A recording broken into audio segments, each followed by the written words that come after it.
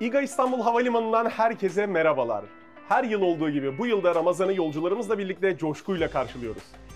Sizler için harika lezzetler hazırladık ve bu lezzetleri hazırlaması için Türkiye'nin yetiştirmiş olduğu en kıymetli şeflerimizden Ebru Baybara Demir ve İGA İstanbul Havalimanı'nın yeme içme ve servis şirketlerinden olan Turu ile birlikte nefis bir çalışma yaptık. Şimdi daha fazla uzatmadan neler hazırlayacağız? Ben pası şefime atıyorum. Evet şefim, öncelikle hoş geldin, sefalar getirdin. Hoş bulduk, çok teşekkür ediyorum. Bildiğim kadarıyla bu ürünlerin hepsi deprem bölgesinden geldi Evet. ve gelirken sen de onlarla birlikte geldin. Aynen öyle. Bize biraz anlatır mısın orada durumlar nasıl?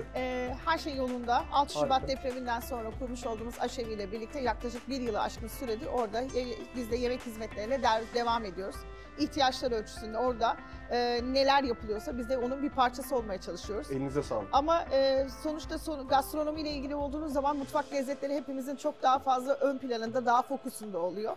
Ben bugün sizinle bu çalışma için özellikle İstanbul Havalimanı'nın misafirleri için hazırlanacak olan iftariye paketlerini Hatay lezzetlerini getirdim.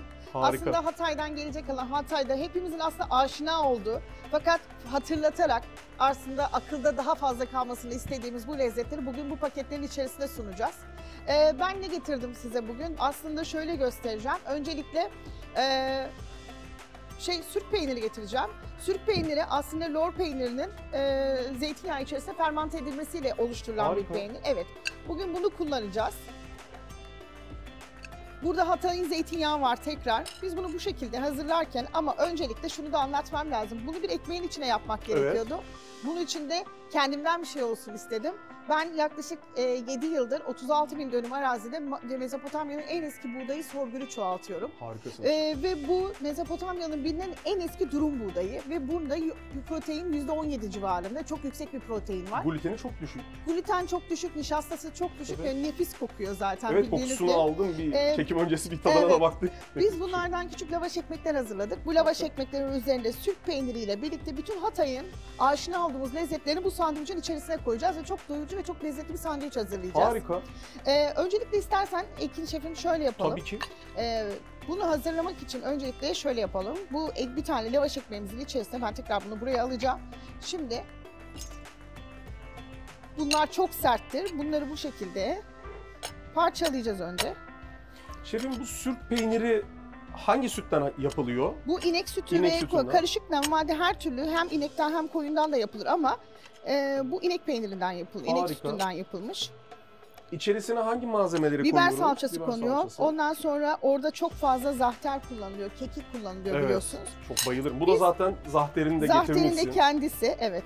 Bunu normalde Hataylılar çok seviyorlar. Biz bunu yaparak üzerine yumurta da kırıyorlar. Hı hı. Çok da lezzetli oluyor. Bayağı omlet gibi oluyor yani. Bu biraz sert, fermente edildiği için Hı hı. sert bir peynir. O yüzden bunu biz yine zeytinyağıyla yumuşatarak krem şekline getireceğiz ki Ekmeğe ekmeğimize sürülür bir sürülebilir hale. pozisyona gelecek. Gördüğünüz gibi.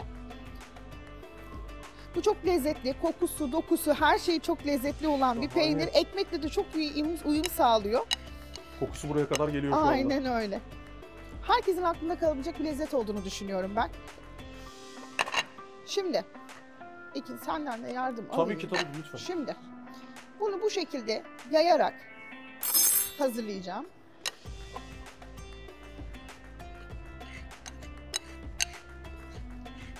Zeytinyağının ayrı bir aroması var. Her şeyin bir... Aslında burada notalar çok önemli. Lezzet notaları biliyorsun Evet, bizde çok kesinlikle, önemli. Her kesinlikle. bir notayı en azından Türk mutfağında şöyle bir şey var. Yediğiniz yemekte en az 3 veya 5 daha da fazla notaları alabiliyorsunuz. Bu Türk mutfağına özgü bir durum. Katılıyorum kesinlikle. Bu- Birçok lezzeti aynı anda alabiliyorsunuz. Şimdi burada ekmeği alacaksınız. Bu notaları çözmek çok önemli. Peyniri alacaksınız. Ondan sonra koyduğumuz malzemelerin hepsini ben bunu bu şekilde alayım. Şimdi bunun lavaşı hazırladık. Lavaşı hazırladık. Buna sırayla öncelikle sırayla kurutulmuş domatesi koyacağım. Ama kurutulmuş domatesi koymadan önce bunu biraz lezzetlendireceğim. Nar Nar ekşisiyle. ekşisi, Hatay'ın nar ekşisiyle lezzetlendireceğim. Biraz tatlılık verecek. Tatlı var, tuzlu var, Ekşi baharat var, ekşi var. Hepsi aynı notada, farklı notalarda aynı lezzette birleşecek. Bundan çok fazla koymuyorum. Bunu yayarak, tabağa yayarak. Birkaç parça yeterli. Aynen diyorsun. öyle.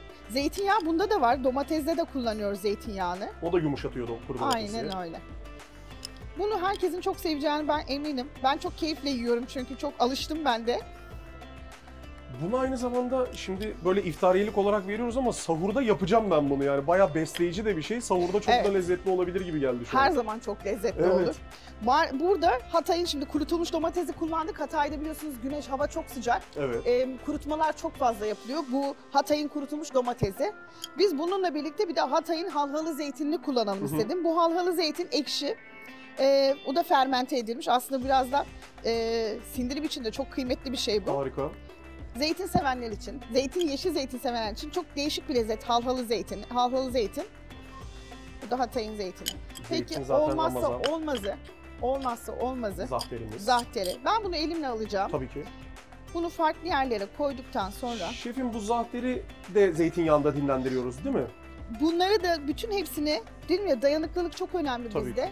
Bunlar mevsimi. Şu anda zaten zahterin mevsimi. Hemen bunları konserve yapıyoruz. Ya zeytinyağında ya da tuzlu suda konserve yapıp fermente edip uzun süre kullanabiliyoruz. Her mevsim yiyebileceğiniz bir mevsim yani şey aslında. Sonra İnanılmaz bir lavaş bir lezzet. ekmeğiyle tekrar bunu kapatıyoruz. Ben bunu bu şekilde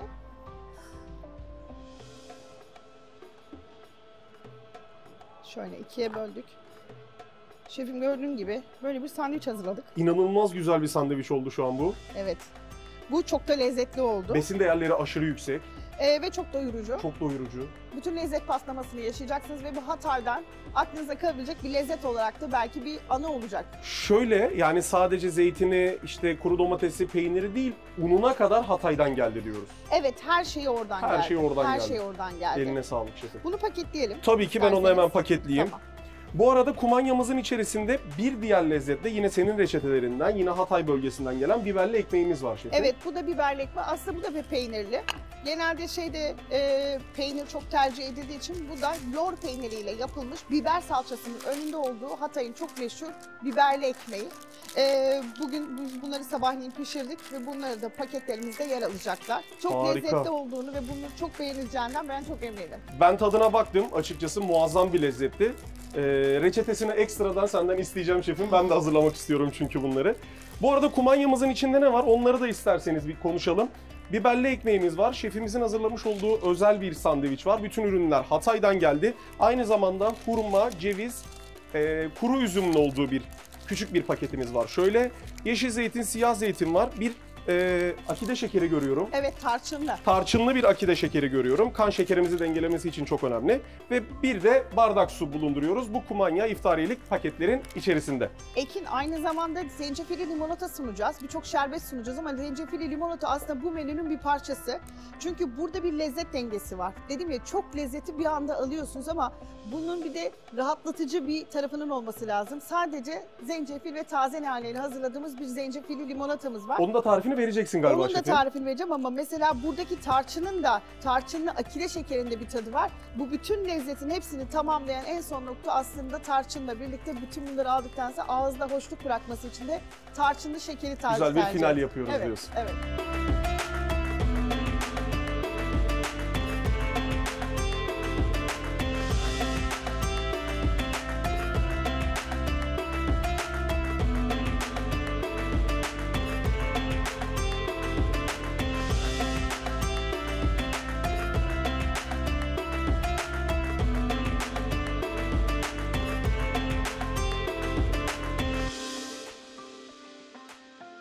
Harika. Bu arada biz bunları servis ederken şefimin de dediği gibi limonatayı da servis ediyoruz. Diğer ürünleri de servis ediyoruz ve İGA İstanbul Havalimanı olarak havalimanımızın içerisine bir Ramazan köyü kurduk. Ve bütün bu ürünleri aslında Ramazan köyünün içinde dağıtacağız. Evet. Hem senin hazırladığın bu enfes reçetelerle hem de turu yeme içme servis firmamızla beraber hazırlanan bu paketlerle şenlik alanı aslında bizi bekliyor. Ne kadar güzel. Harika. Ne O zaman kadar paketlemeye başlayalım şefim. Evet. Şöyle bir kutuyu sana vereyim. Küçük şöyle şunu da göstermek istiyorum aslında. Her kumanyanın içerisinde aslında şöyle bir reçete mi diyelim, tarif kartları mı diyelim şöyle göstermek istiyorum. Kutunun içerisinde ne var, nasıl ürünler kullandık, küçük de bir hatıra kalsın diye aslında hazırladığımız bir kartımız var. Onu da şöyle kutunun içine yerleştiriyoruz. Ben sandviçi koydum, biberli ekmeği koydum. Harika. Bir tane hurma ve veriyorum. ceviz ve kuru üzüm. Zeytin veriyorum. Şöyle. Tarçınlı akide şekerimizi Şekeri veriyorum. veriyoruz. Bir bardak da su koyuyoruz. Evet. Ve aslında kumanyamız artık hazır hale geldi. Ramazan süresi boyunca bu kumanyaları Ramazan köyümüzde bulabilirsiniz. Afiyetle tüketebilirsiniz. Şefimin enfes tarifleriyle beraber. Herkese afiyet olsun. Bu lezzetleri yaşatmak, hatırlamak çok önemli. Büyük bir felaket yaşandı. Kesinlikle. Bu felaketin arkasında yine Hatay'ı anarak, Hatay'daki bu üreticileri anarak da çok büyük bir katkı sağladığınız için ben kendi adıma, bütün üreticiler adına size teşekkür ediyorum. Şef Ebru Baybara Demir ve İGA İstanbul Havalimanı'nın yeme içme servis şirketi olan Turu'nun beraber hazırlamış olduğu bu Ramazan kumanyaları Ramazan ayı boyunca ücretsiz olarak yolcularımızla buluşuyor. Hatay'dan özel getirdiğimiz bu ürünler sizlerle birlikte. Şimdiden herkese hayırlı Ramazanlar.